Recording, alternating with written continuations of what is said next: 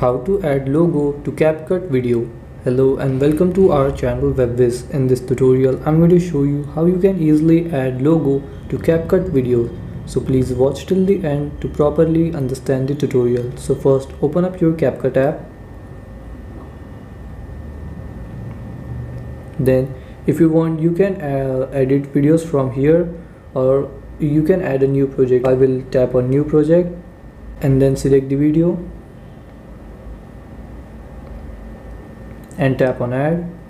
And then after you have added the video, to add a logo, here in the bottom you will see overlay option.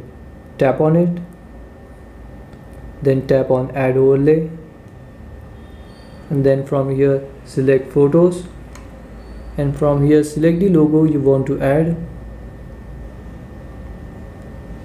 After selecting, tap on add, and then you can see that here we have added the logo. You can resize it and change its position. So I have resized it and changed its position. And then after you have done, and if you want to export the video, you can tap on export here in the top right, and the video will be exported with your logo. And so this is how you can add logo to Capcut video. Thanks for watching.